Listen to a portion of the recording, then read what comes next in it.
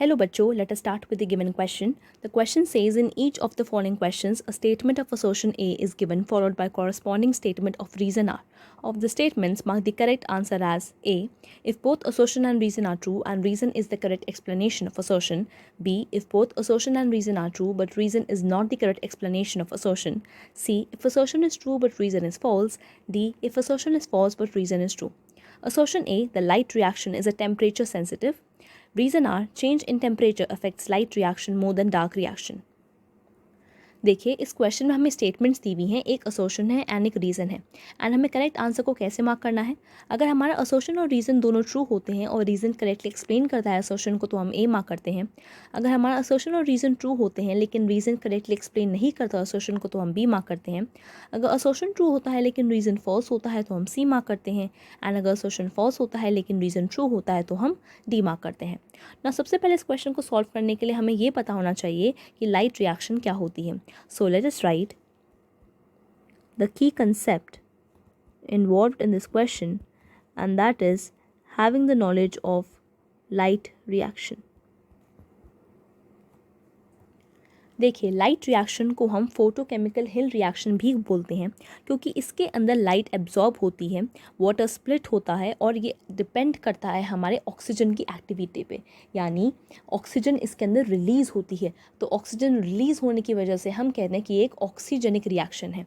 So it is an oxygenic reaction, यानी oxygen की activity पे डिपेंडेंट है सिंस क्योंकि ऑक्सीजन इसमें रिलीज़ हो रही है. ऑल्सो इस रिएक्शन के अंदर ATP और NADPH भी प्रोड्यूस होता है, यानी ATP and NADPH is synthesised in the light reaction. So we can write that light is absorbed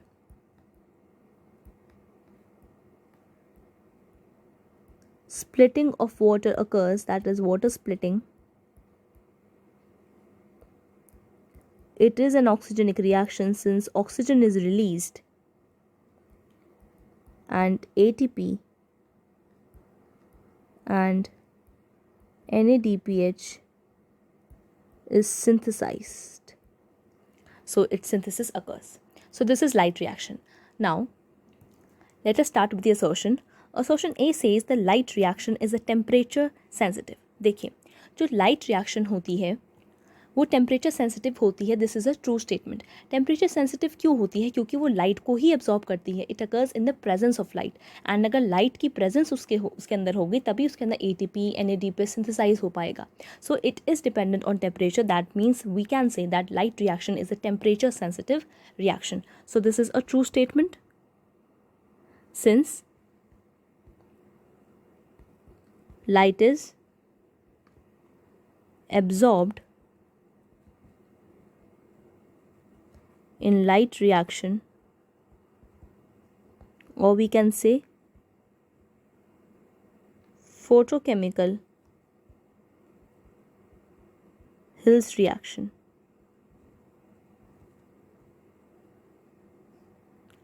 Reason R, change in temperature affects light reaction more than dark reaction.